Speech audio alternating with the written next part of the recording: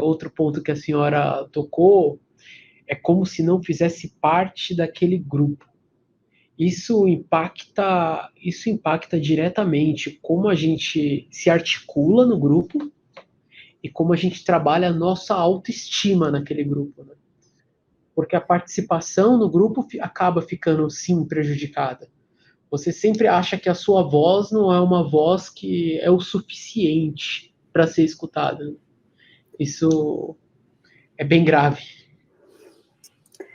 Isso impede que a gente tenha um sentimento de pertencimento. Ter esse sentimento de pertencimento é essencial. E quando a gente começa a formação na graduação, sentir que você pertence àquele grupo e que depois você pertence àquela profissão na qual você vai construir a sua carreira é essencial.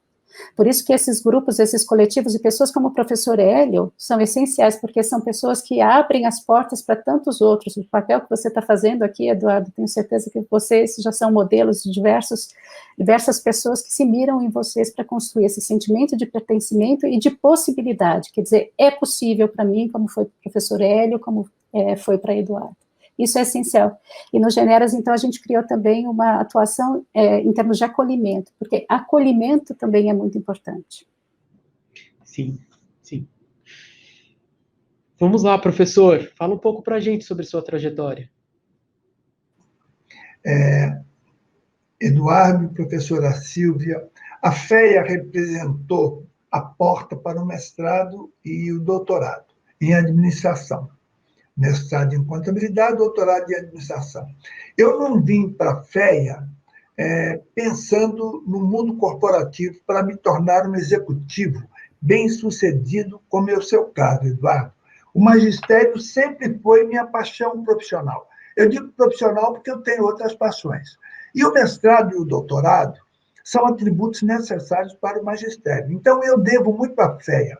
A FEA me deu régua, me deu compasso, e me leva ainda a uma compulsão à racionalidade econômica, o que me tornou um ativista da questão racial com algumas diferenças. Mas a minha formação intelectual, ela se consolida no ativismo negro.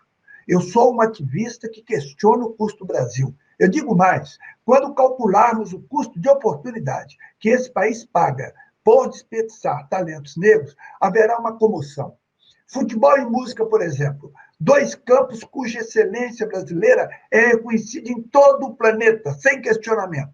São precisamente os dois campos em que os negros não foram impedidos de atuar. Pelo contrário, nesses campos flui a igualdade de oportunidades, mas até, às vezes, até o estímulo. Então, desde muito cedo, eu fui para o ativismo. Né? E quem me inoculou o ativismo foi Abdias Nascimento, quando eu ainda vivia em Belo Horizonte. Mas é em São Paulo, em meados dos anos 70, exatamente quando eu chego à FEA, que eu começo a atuar. Né? E como professor da área de finanças, eu fui migrando para o campo da responsabilidade social corporativa, né? que na verdade, que hoje vem sendo chamado de ESG. Né?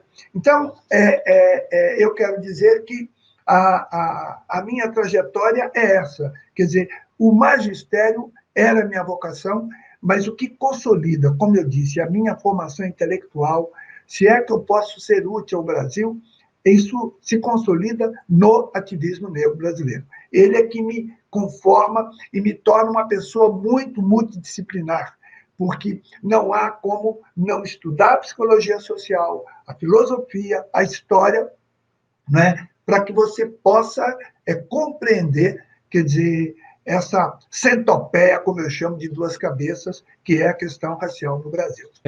Eu costumo dizer que, desde pequeno, eu ouvi que eu tinha um ponto a menos, e a cada dia que passava, eu validava essa hipótese com a experiência na minha vida, né? E um